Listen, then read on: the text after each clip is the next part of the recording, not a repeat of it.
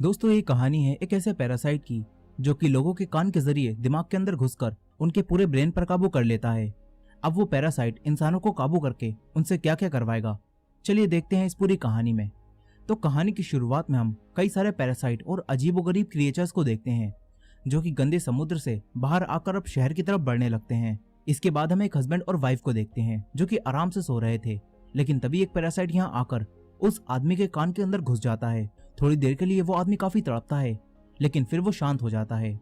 अब इसके बाद हम एक लड़के शिंची को देखते हैं जो कि आराम से गाने सुन रहा था। तभी यहाँ एक और पैरासाइट आकर उसके कान में घुसने की कोशिश करता है, लेकिन शिंची ने ईयरफोन लगा रखे थे, इसीलिए अब वो पैरासाइट नाक के जरिए अंदर जाने लगता है। तभी शिंची उसे देखकर उसे दूर फेंक देता है। शिंची डरते हुए एक बुक के जरिए उसे मारने की कोशिश करता है, लेकिन वो पैरासाइट उसके हाथ पर काटकर उसके हाथ के अंदर घुस जाता है। तभी शिंची घबराकर एक केबल से अपने हाथ को बांधकर उसे बीच में ही रोक देता है। तभी शिंची की आवाज सुनकर उसकी मॉम यहाँ आ जाती हैं। शिंची उनसे कहता है कि उसके हाथ में कोई कीड़ा घुस गया है, लेकिन उसकी मॉम कहती है कि ये लड़का मजाक कर रहा है। वो शिंची के पास आकर उसके एक हाथ से उसका दूसरा हाथ छुड़ा देती हैं और फिर देखती हैं तो यहाँ उन्हें कोई भी कीड़ा नहीं दिखता। उन्हें लगता है कि शिंची अभी से ही सटिया गया है। शिंची भी चौंक जाता है कि आखिर वो कीड़ा कहाँ गायब हो गया। अब तभी उसकी मॉम वही गाना सुनती हैं जो शिंची सुन रहा था। फिर उसकी मॉम शिंची से कहती है कि इस तरह के गाने मत सुना कर, तभी तेरे को ऐसे वहम होने लगे हैं। अब ये कहकर उसकी मॉम यहाँ से चली जाती हैं। शिंची सोचता है कि वो कीड़ा आखिर कहाँ गायब हो गया। अब अगली सुबह शिंची जब ब्रेकफास्ट कर रहा होता है तो उसे अपने राइट हैंड यानी कि जिस हाथ में वो पैरासाइट घुसा था उस हाथ में अजीब सा महसूस होने लगता है। फिर हम उसी आदमी को देखते हैं जिसके अंदर पैरासाइट घुस गया था। वो आदमी अब अजीब सा बिहेव कर रहा होता है और अब वो अपनी वाइफ के पास जाता है।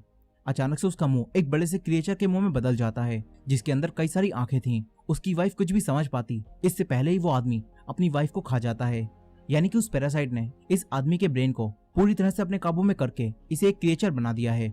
अब हम फिर से शिंची को देखते हैं जो कि अपनी दोस्त सातोमी के साथ स्कूल जा रहा था, लेकिन आज शिंची का बिहेवियर थोड़ा बदला हुआ था और उसके राइट हैंड पर उसका कोई भी काबू नहीं था। वो सातोमी को गलत जगह छू देता है और सातोमी उससे गुस्सा होकर चली जाती है। फिर क्लास में पढ़ते हुए उसकी रेजर नीचे गिर जाती है और जब शिंची उसे उठाने के लिए हाथ आगे बढ़ाता है तो तभी उसका हाथ बड़ा होकर रेजर उठा लेता है। इसके बाद बास्केटबॉल खेलते हुए शिंची बॉल को काफी दूर से उसी हाथ से रिंग में डाल देता है। शिंची कंफ्यूज हो जाता है कि उसके हाथ के साथ ये सब क्या हो रहा है, इसीलिए वो वापस घर आकर इंटरनेट पर इस बारे में सर्च करता है।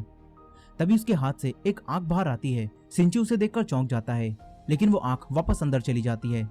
शिंची अब अपना हाथ काटकर आंख निकाल कर देखने वाला था, लेकिन तभी उसका हाथ एक बड़े से सांप में बदल जाता है और उसे ही डरा देता है। फिर उसका हाथ एक छोटे क्रिएचर में बदल जाता है। शिंची उसे देखकर काफी डरा हुआ था। तभी वो क्रिएचर कहता है कि मैं फेल हो गया। शिंची कहता है कि ये मेरे हाथ को क्या हो गया। तभी वो क्रिएचर भी कहता है कि ये मेरे हाथ को क्या हो गया। अब वो क्रिएचर शिंची की बातों को दोहराने लगता है। फिर वो शिंची को बताता है कि मैंने तुम्हारा हाथ खा लिया है। वो क्रिएचर शिंची से कहता है कि मुझे बात करना सिखाओ। वहीं दूसरी तरफ हम उसी आदमी को देखते हैं जिसकी बॉडी पर उस पैरासाइट ने कब्जा कर लिया था और वो पैरासाइट भी अब टीवी के जरिए इंसानों की भाषा सीख रहा था। और तो और उसने इस आदमी की वाइफ को खा लिया होता है। अब अगले दिन सुबह शिंची जब सोकर उठता है तो वो देखता है कि वही क्रिएचर जो कि उसके हाथ से जुड़ा हुआ है वो उसका लैपटॉप और बुक से इंसानों से जुड़ी इन्फॉर्मेशन पढ़ रहा है। शिंची उससे कहता है कि मैं हॉस्पिटल जाकर तुझे कटवा दूंगा, कि मैं तेरे हाथ की सेल से जुड़ा हुआ हूँ, इसलिए तुम्हें अपना पूरा हाथ कटवाना पड़ेगा, जो कि शिंची कभी भी नहीं करवा पाएगा।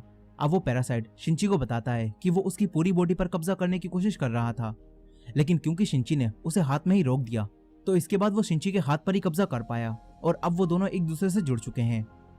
ये क्रिएचर कहता है कि तुम मेरे होस्ट हो और मैं अपने होस्ट के बगैर कुछ भी नहीं कर सकता। फिर वो क्रिएचर कहता है कि तुम मुझे मिगी बुलाओ। मिगी शिंची के जरिए स्कूल में कई सारी बुक्स पढ़ता है और इंसानों के बारे में और भी ज्यादा जानता है। वो स्टूडेंट्स को फाइटिंग प्रैक्टिस करते हुए भी देखता है और मिगी सिर्फ उन्हें देखकर ही फाइटिंग स्किल सीख लेता है। अब इसके बाद हम पेंटिंग क्लास में शिंची को देखते हैं जो कि अपनी पेंटिंग पर काम कर रहा था। तभी सातोमी यहाँ आती है और उससे कहती है कि अगर तूने फिर से वो सब किया ना तो मैं तेरी जान ले लूंगी। इसके बाद सातोमी शिंची की पेंटिंग देखती है और फिर यहाँ से चली जाती है। अब स्कूल के बाद शिंची रात में जब बात ले रहा होता है तो तभी मिगी कहता है कि मुझे तुम्हारी बॉडी को इन्वेस्टिगेट करना है। मिगी शिंची की पूरी बॉडी को देखने लगता है। यहाँ मिगी और शिंची में अच्छी दोस्ती हो गई होती है और मिगी शिंची को कोई भी नुकसान नहीं पहुंचाता, लेकिन इसी शहर में कई सारे पैरासाइट ने और लोगों की बॉडी पर भी कब्जा कर लिया होता है और वो पैरासाइट लोगों को मारकर खा रहे थे।